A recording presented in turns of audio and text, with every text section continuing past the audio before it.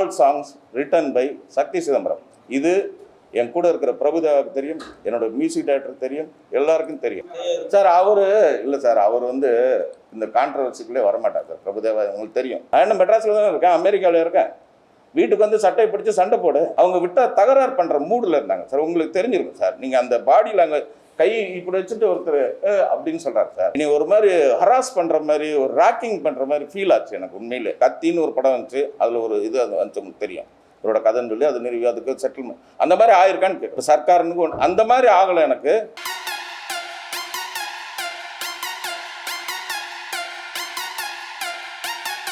ஒரு சாதாரண assistant director ஆரம்பித்து டைரக்டர் ஆகி ப்ரொடியூசர் ஆகி டிஸ்ட்ரிபியூட்டர் ஆகி ஒரு என்னோட 27 வருஷ வளர்ச்சியில் என்னை ஒரு ஏணி மாதிரி இருந்து எல்லாருமே தூக்கி விட்ட உங்கள் எல்லாருக்கும் முதல்ல வருக வருகன்னு வரவேற்கிறேன். மாலை வணக்கம். இப்போ வந்து சமீபத்தில் ஜாலியோ ஜிம்கானா ப்ரெஸ் மீட் நடந்துச்சு. அந்த ப்ரெஸ் மீட்டில் நீங்களே எல்லா மீடியாவில் பார்த்துருப்பீங்க. அந்த ப்ரெஸ் மீட்டிலிருந்து சக்தி சிதம்பரம் ஓடிவிட்டார் அப்படின்னு ஒரு நியூஸ் வந்திருக்கு. நீங்களே சொல்லுங்கள், இவ்வளோ பெரிய உடம்பு வச்சு ஓட முடியாது, நடந்து தான் போனேன். அதுக்கு காரணம் என்ன அப்படின்னா, அன்னைக்கு வந்து ஒரு குரூப் கேள்வி கேட்க வரல. கேள்வி கேட்டால் நான் எவ்வளோ பெரிய கேள்விக்கும் எத்தனையோ பதில் சொல்லியிருக்கோம், எத்தனையோ ப்ரெஸ் மீட் பார்த்துருக்கோம், எத்தனையோ மணி நேரம் மணிக்கணக்கில் நான் மேடையிலே பேசியிருக்கேன். எவ்வளோ நேரம் வேணால் பேசலாம், கேள்வி கேட்டால் பதில் சொல்லலாம். ஆனால் அன்னைக்கு பிரச்சனை பண்ணணும்னு வந்தாங்க ஒரு சில பேர். அப்போ நான் வந்து ஒரு ப்ரொடியூசர் ஃபஸ்ட் டைம் அந்த படத்துக்கு வந்து ஒரு ப்ரெஸ் மீட் வைக்கிறாரு, செலவு பண்ணி வைக்கிறாரு. அந்த ப்ரெஸ் மீட்டு ஸ்பாயில் ஆகிடக்கூடாது, அது வார்த்தைகள் வந்து அவங்க பேசுகிறதுல வந்து எதுவும் அது விபரீதம் ஆகிடக்கூடாது, பிரச்சனை ஆகிடக்கூடாதுன்றனால நான் மௌனமாக அந்த இடத்த விட்டு கலைஞ்சி பின்னாடி நம்ம பத்திரிகை நண்பர்கள்கிட்ட இதுக்கான ஒரு விளக்கம் கொடுக்கலாம் ரிலீஸ்க்கு முன்னாடின்னு சொல்லிட்டு, நாளைக்கு படம் ரிலீஸு, அந்த விளக்கத்தை தான் இப்போ நான் உங்களுக்கு கொடுக்குறேன். என்னென்னா, நான் வந்து ஒரு 27 வருஷமாக இருக்கிறேன், ஒரு 19 படம் பண்ணியிருக்கேன். இதுவரைக்கும் எனக்கு லைஃப்பில் கேரியரில் இந்த மாதிரி திருட்டு, இந்த காப்பி அடிச்சிட்டாரு, அந்த மாதிரி எந்த கெட்ட பேரும் கதையாக இருக்கட்டும் எதுவாக இருக்கட்டும் அந்த மாதிரி வந்ததே கிடையாது. 20 படம் பண்ண நான் எத்தனையோ படத்துக்கு கதை எழுதியிருக்கேன், வசனம் எழுதியிருக்கேன். என்னோடய படம் ரீமேக் வந்து சார்லி சாப்ளின்னு ஒரு படம் வந்து எல்லா மொழியிலையும் ரீமேக் ஆகிருக்கு. அவ்வளோ சாதனை பண்ண நான் ஒருத்தரோட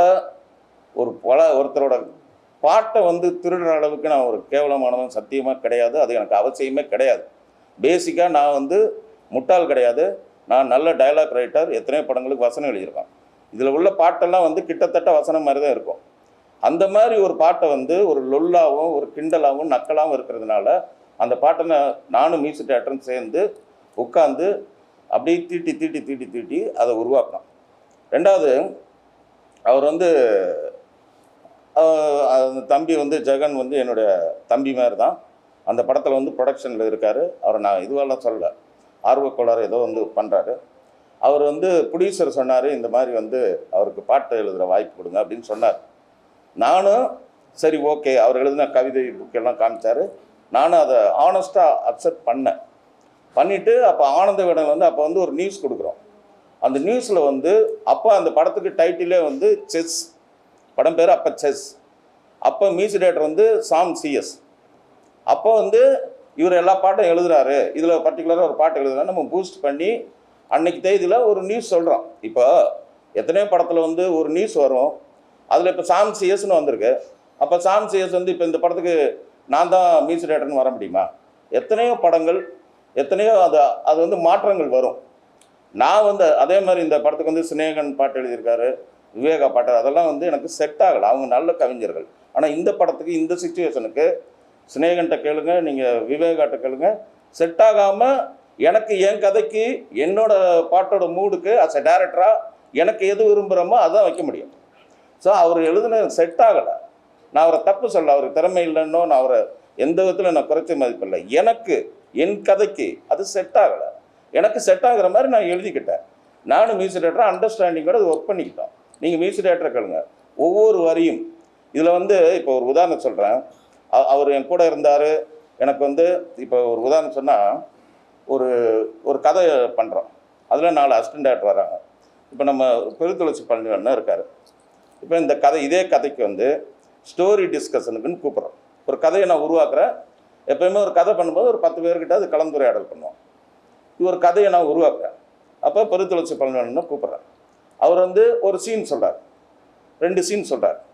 ஓகே, அந்த சீன் படத்தில் கூட வரலாம். ஆனால் அதுக்காக இது ஏன் கதை நான் ஒரு சொல்ல முடியாது. அதே மாதிரி இப்போ நம்ம நண்பா என்ன மறந்துட்டேன் நான் எழுதின ஒரு சூப்பர் ஹிட் பாட்டு, நம்ம மதுரை செல்வம்லாம் என் கூட அந்த கம்போசிங்கில் இருந்தார். அவர் ஒரு வரி சொல்கிறாரு. அந்த ஒரு வரினால இது ஏன் பாட்டுன்னு சொல்ல முடியாது.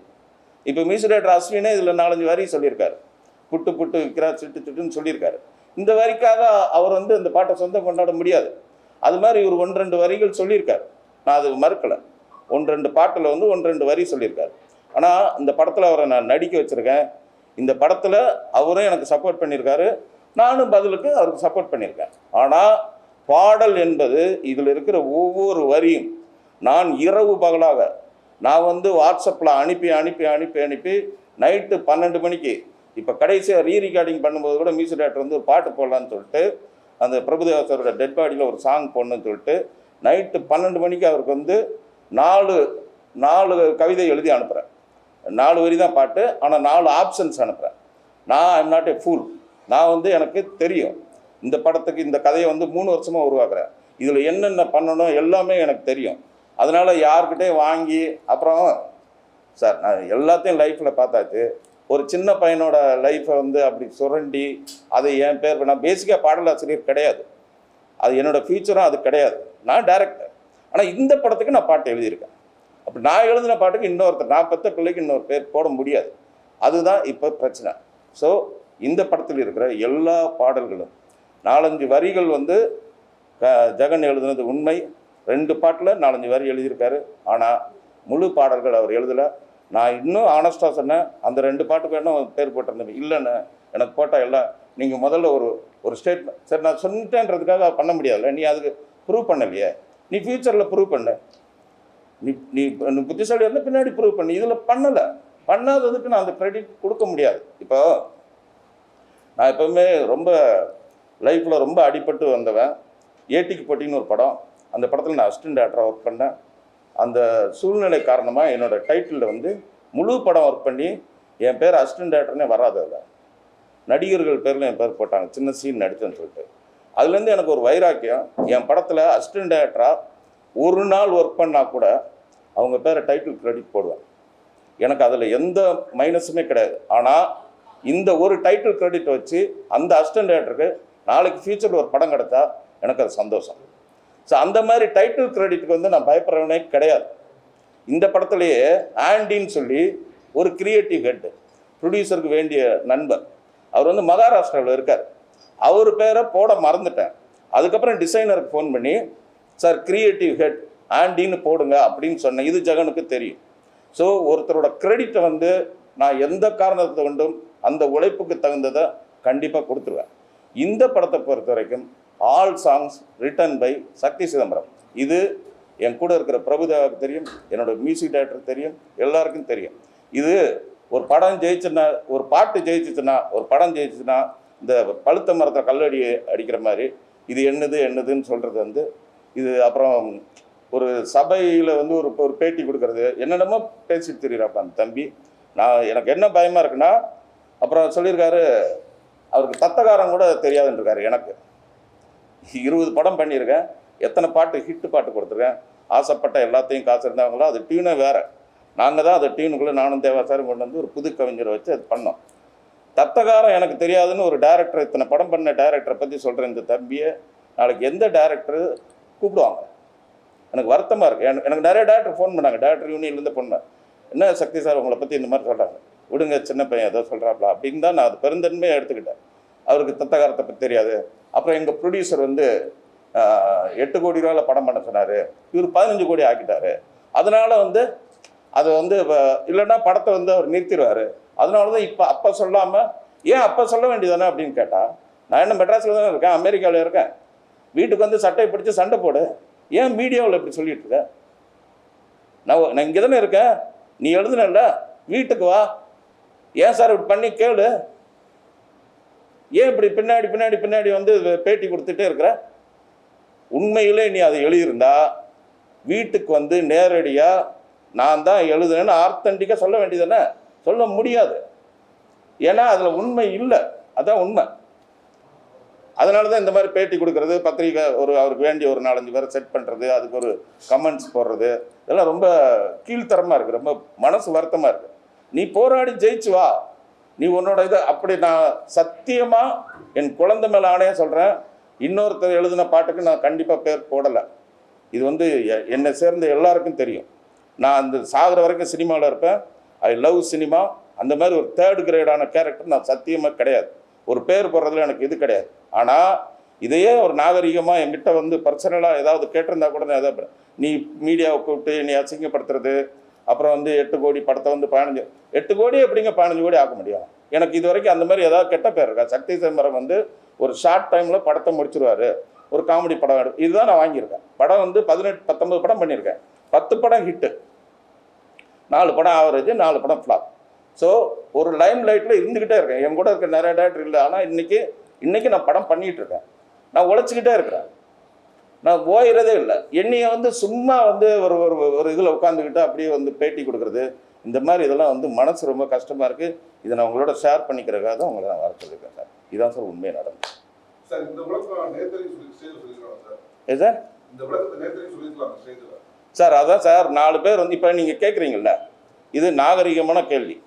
அதுக்கு முன்னாடி நான் அங்கே போகிறதுக்கு முன்னாடி ஒரு ரூமில் வச்சு என்கிட்ட நிறைய கேள்வி கேட்டாங்க. அதுக்கு நான் நாகரிகமாக பதில் சொன்னேன். அவங்க வந்து நின்னதே ஒரு சத்தம் கொடுத்து, ஒரு சவுண்டு கொடுத்து, ஏதோ பிரச்சனை சார். கேள்வி கேட்கல சார், அவங்க பதில் சொல்கிறாங்க சார். அப்போ நான் என்ன சார் இப்போ நான் விளக்கம் இப்போ நான் கொடுக்குறேன். அதனால தான் நான் அங்கேருந்து வந்தது என்னென்னா, அது வார்த்தை தடிப்பாயிருக்கு சார். அவங்க விட்டால் தகராறு பண்ணுற மூடில் இருந்தாங்க சார். உங்களுக்கு தெரிஞ்சிருக்கும் சார். நீங்கள் அந்த பாடியில் அங்கே கை இப்படி வச்சுட்டு ஒருத்தர் அப்படின்னு சொல்கிறார் சார். நான் அதுக்கு வரலை சார். நான் அதுக்கு வரலைல்ல. எனக்கு அது நோக்கம் இல்லைல்ல. நான் படம் பண்ணுறேன், நான் தொடர்ந்து படம் பண்ணிக்கிட்டே இருக்கிறேன். அதுதான் நோக்கம். அதுக்கு அப்படின்னா நான் கொடுத்துருப்பேன் சார். சார் நான் நல்ல மூடில் ஒரு ப்ரொடியூசர் வந்து ப்ரெஸ் மீட் வைக்கிறாரு, படம் 4 நாளில் ரிலீஸ் ஆக போகுது, 3 வருஷம் கழித்து என் படம் ரிலீஸ் ஆகுது. ஒரு சந்தோஷமாக ஒரு கல்யாண வீடு மாதிரி இருக்குது சார். அது ஒரு கருமாதி வீடாக ஆக்கக்கூடாதுன்றதுனால தான் சார் நான் நாகரீகமாக அது பெருசாக்க. அது ஒரு மாதிரி கைகலப்பாக இருக்கும். ஒரு கலகலப்பான இடம் கைகலப்பு ஆகக்கூடாதுன்றதுனால தான் நான் அமைதி காத்து மௌனமாக வந்துட்டேன் சார். தயவு செஞ்சு புரிஞ்சுங்க. உங்கள் எல்லாரையும் நான் லவ் பண்ணுறேன். நான் எல்லாரும் எனக்கு நண்பர்கள், சகோதரர்கள் எல்லாமே இதில் இருக்கீங்க சார். நான் சத்தியமாக அங்கேருந்து வாக் அவுட் பண்ணலை.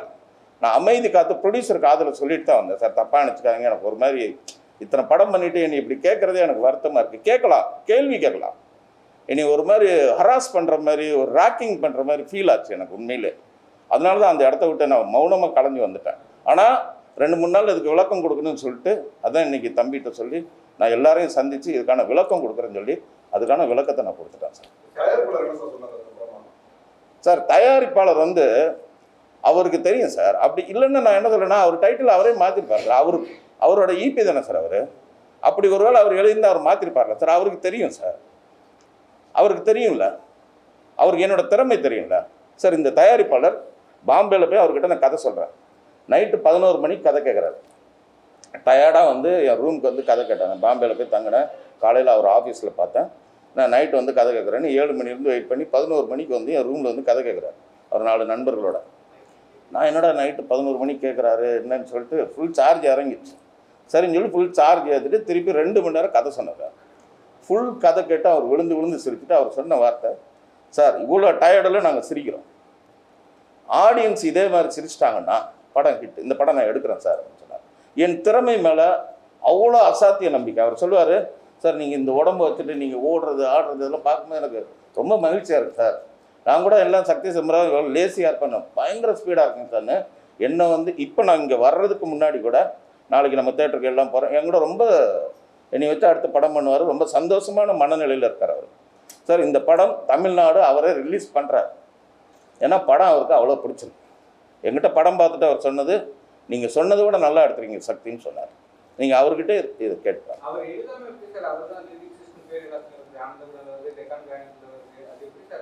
சார். அதான் இப்போ நான் சொன்னேன் சார், ஆனந்த விகடனில் வந்து நான் கொடுத்த பேட்டி தான் சார். இப்போ செஸ்ன்னு தான் அதுக்கு டைட்டில் வச்சோம் சார். சாம் சிஎஸ் தான் அதுக்கு மியூசிக் சார்.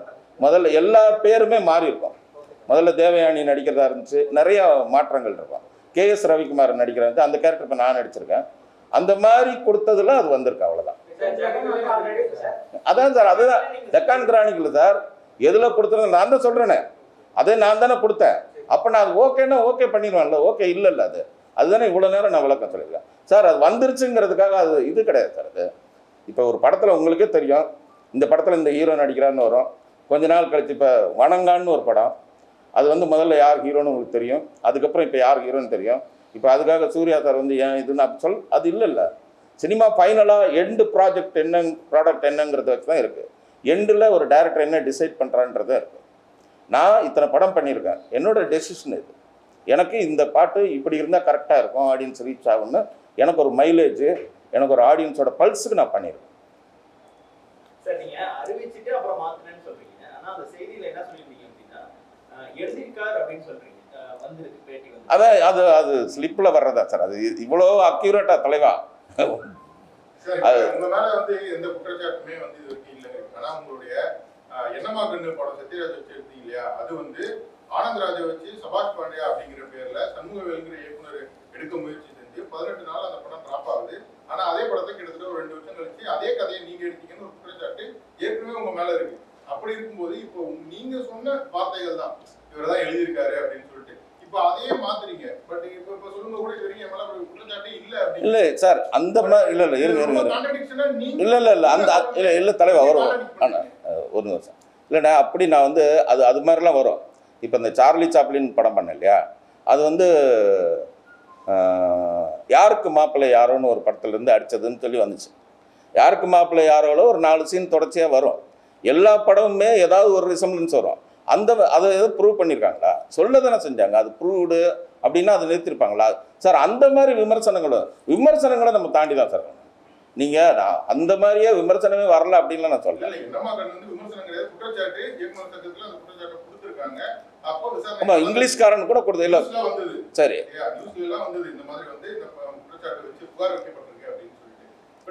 அந்த புகார் நிரூபிக்கப்படலையா சார்? இது குற்றச்சாட்டு யார் மேலே வேணா யார் வேணா கல்லறிங்க, அது நிரூபிக்கப்பட்டிருக்கான்னு கேட்குறேன். அது நிரூபிக்கப்பட்டு இல்லை, இது அவரோட இப்போ கத்தின்னு ஒரு படம் வந்துச்சு, அதில் ஒரு இது அது வந்துச்சு உங்களுக்கு தெரியும், அவரோட கதைன்னு சொல்லி அது அதுக்கு செட்டில்மெண்ட் அந்த மாதிரி ஆயிருக்கான்னு கேட்குறேன். இப்போ சர்க்காருன்னு அந்த மாதிரி ஆகலை எனக்கு. நான் 90% பாசிட்டிவ் வைப்ரேஷனில் பிறந்தேன். காமெடி படம் பண்ணுறேன், யாரையும் கட் பண்ணுறது அந்த மாதிரி நமக்கு நோக்கம் கிடையாது. யாரோ ஒருத்தர் நம்ம மேலே கல்லறிவாங்க, அதுக்கு நம்ம கவலைப்பட்டுட்டு இருந்தால் அடுத்த ஸ்டெப் போக முடியாது. எனக்கு எவ்வளோ அப் அண்ட் டவுன்ஸ் இருந்திருக்கும் நீங்கள் யோசிச்சு பாருங்கள். காவலன்னு ஒரு படம் பண்ணோம், அதில் அப்படியே பெரிய சர்க்கிள் நான் சேர்த்து சின்ன சின்ன காசெல்லாம் மொத்தமாக விட்டோம். திருப்பி டைரக்டர் ஆகி போராடிக்கிட்டே இருக்கிறேன். ஸ்டில் நான் போராடி ஏதோ ஒன்று பண்ணிக்கிட்டே தான் இருக்கிறேன்.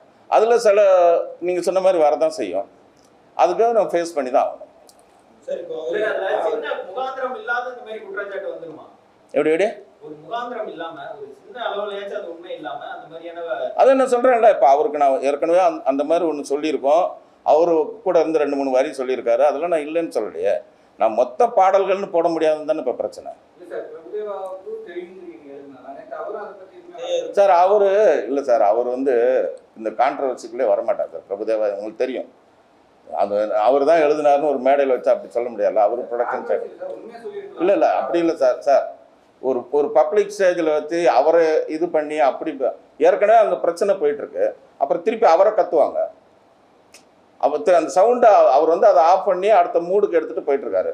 அதை கூட நான் வெளியில் வந்து வீடியோவில் தான் பார்த்தேன், நான் வெளியில் வந்துட்டேன். அவர் வந்து அதை கொஞ்சம் கூல் பண்ணி அவர் ஏதோ ஒரு வார்த்தை சொன்னார், இது பேச வேண்டிய இடம் இல்லைன்னு சொன்னதுக்கே அதுக்கே கத்துனாங்க. அதுக்கப்புறம் அவர் ரூட்டை மாற்றி போயிட்டார்.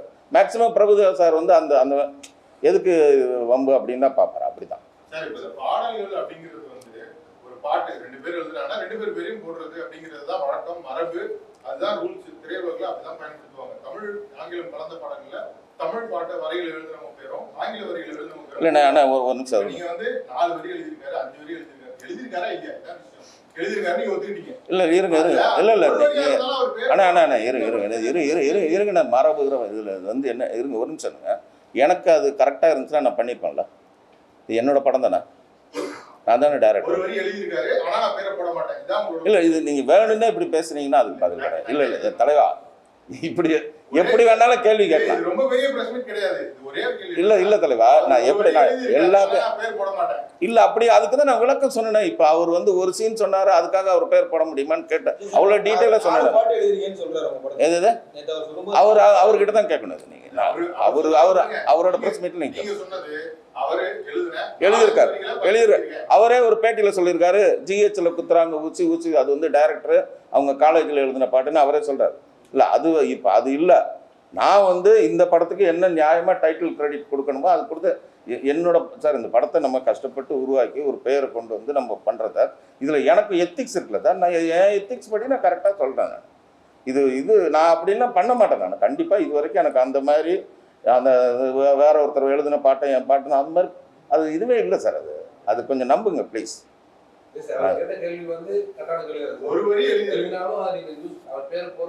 இல்லையா அப்ப அதுக்குதான் அது அவ்வளவு குழந்தைக்கு சொன்ன மாதிரி சொன்னேன். அவர் ஒரு சீன் சொன்னா அப்ப வந்து கதை போடுவீங்களான்னு கேட்க. இல்ல இப்ப அதான் சொன்ன மதுரை செல்வம் வந்து நண்பா என்ன மறந்துட்டேன் 4 வரி சொல்லியிருக்காரு சார். அது என்னோட இஷ்டம். இப்போ ரீசெண்டா ஒரு வரி எழுதுறதுக்காக நான் பேர் போட மாட்டேன் அப்படிங்கிறது உங்களோட கருத்தா அப்படிங்கறத கேள்வி. இல்ல சார் இது எனக்கு புரியல சார். ஒரு வரி எழுதியிருக்கான்ற ஒத்துக்கிறாங்க. அப்ப பாட்டுல வந்து ஒரு வரி எழுதியவர்னு போடணுமா? இந்த பாடலில் ஒரு வரி எழுதியவர்னு போடணுமா? இல்லைங்க, பயன்படுத்துறதுக்கு நான் ஒரு படத்துல நடிக்க வைக்கிறேன். அவருக்கு அதுக்கு வேற மாதிரி ஒரு பரிகாரம் செய்யறேன்ல சார். இந்த படத்துல பெரிய கேரக்டர் நடிக்க வச்சுருது சார். கேரியர்ல பெஸ்ட் கேரியர் நடிக்க வச்சுருது சார். அண்ணே என்னண்ணே நான் ஒரு விளக்க இது பண்றேன். திருப்பியும் அது கான்ட்ரவர்சியா இருக்கு. கேள்விகளுக்கு பதில் சொல்ல மாட்டீங்க. தெளிவான ரொம்ப பெரிய காம்ப்ளிகேட்டடே கிடையாது. அவர் ஒரு வரி எழுதியிருக்காரு. அவர் எழுதின ஒரு வரியை நான் பயன்படுத்தியிருக்கேன். ஆனா அந்த ஒரு வரிக்காக என்னால பேர் போட முடியாது அப்படிங்கிறது தான் நீங்க எடுத்திருக்க ஸ்டாண்டா? ஆமா. வேற ஏதாவது கேள்வி இருக்கா சார்? படத்துல ஈபி அவர் வேண்டான்னு சொல்லிட்டாரு சார். நீங்க ஒரு படம் பண்ணிருக்கீங்க, நிறைய பேர் வந்து விட்டுருக்கீங்க. இந்த ஒரு சாங்குக்காக நீங்க விட்டு கொடுக்க மாட்டேங்க. எதனால, என்ன ரீசன் சார்?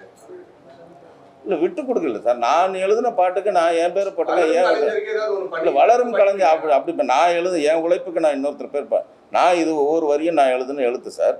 இது ஏன் விட்டு கொடுங்கன்னு சொன்னா இது என்ன பேச்சு? அப்ப யாரோ ஒருத்தர் ஒரு அசிஸ்டன்ட் டைரக்டர் கஷ்டப்படுற நீ டைரக்ஷன் பேர் போட்டுக்கன்னு சொல்ல முடியுமா?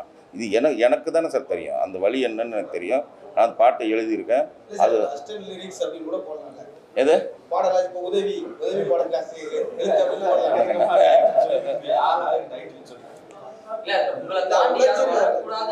என்னை தாண்டி வரக்கூடாது. என்னென்ன வணக்கம் அப்படியா? ஒரு வரி எழுதினாருன்றதை நீங்க ஒத்துக்கிறீங்க.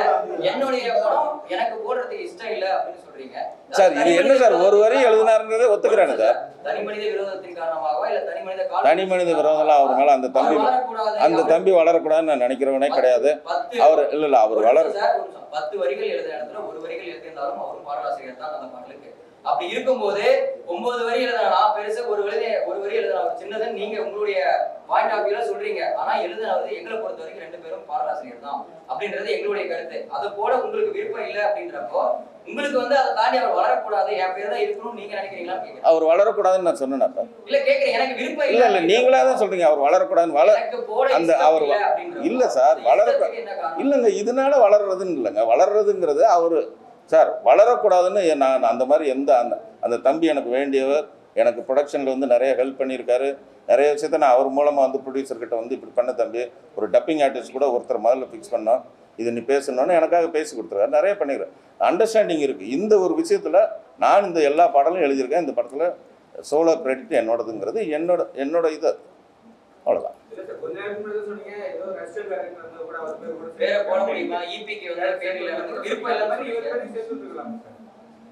இல்ல ஏன் இது இவ்வளோ தலைவா?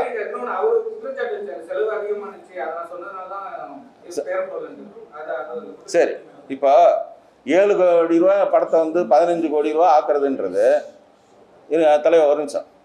7 கோடி ரூபா படத்தை 15 கோடி ரூபா நான் ஆக்குற வரைக்கும் என்ன பண்ணிட்டு இருப்பாங்க? சும்மா இருப்பாங்களா?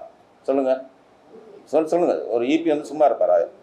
8 கோடி ரூபா நான் எக்ஸ்டெண்ட் பண்ணுற வரைக்கும் 1 லட்ச ரூபா எக்ஸ்ட்ரா போனாலே சினிமாவில் எவ்வளோ கேள்வி இருக்குன்னு வந்துடும். ஒரே ஒரு நாள் ஜான் விஜய் வந்து குற்றாலத்தில் ஷூட்டிங்கில் வந்து பயங்கர மழை, ஆக்சுவலி இதில் நிறைய ஆர்டிஸ்ட் 18 ஆர்டிஸ்ட்டு. ஜான் விஜய் வந்து அன்றைக்கி சும்மா உட்கார வேண்டிய சூழ்நிலை ஆயிடுச்சு. ஏன்னா நாங்கள் வெளியில் அவுட்டோரில் எடுக்க வேண்டிய சீனை வந்து அன்னைக்கு காம்ப்ரமைஸ் பண்ணி கொஞ்சம் சீனை மாற்றி இன்டோருக்கும், ஏன்னா மழை பெய்யறதுனால மாற்றிட்டோம். மாற்றுறதுனால சில பேர் சும்மா உட்கார வேண்டியதாச்சு, சில பேர் பேக்கேஜில் வந்துடுறாங்க. ஜான் விஜய் வந்து பெர் டே பேசிஸில் வர்றாரு, அவருக்கு ஒரு நாளைக்கு 1 lakh, அவரு சும்மா உட்காந்துருக்காரு. இதை வந்து ஃபோட்டோ எடுத்து ப்ரொடியூசருக்கு அனுப்பி 1 lakh லாஸ் ஆகிடுச்சுன்னு சொல்லி ப்ரொடியூசர் எனக்கு மெசேஜ் போட்டு வாட் ஹேப்பன்னு அனுப்புகிறாரு. சார் இந்த மாதிரி அதுக்கப்புறம் நான் நைட்டு ஷூட்டிங் முடிஞ்சதுக்கப்புறம் அவர்கிட்ட ஏன்னா ஒரே வரியில் சொல்ல முடியாது. இல்லை சார், இன்றைக்கி எடுக்க வேண்டிய சீன் எடுக்கலை, சீன் மாற்றிட்டோம், இல்லைன்னா நம்ம எல்லாம் சும்மா உட்காந்துருக்கணும், ஒரு நாளைக்கு 5 லட்ச ரூபா வேஸ்ட் ஆகும். 5 லட்சத்தை கம்பேர் பண்ணும்போது 1 லட்சம் ஆகும். இவ்வளோ பர்ஃபெக்டாக இருக்கிறவங்க 7 கோடி படத்தை 15 கோடி ஆக்கிற வரைக்கும் சும்மா இருப்பாங்களா?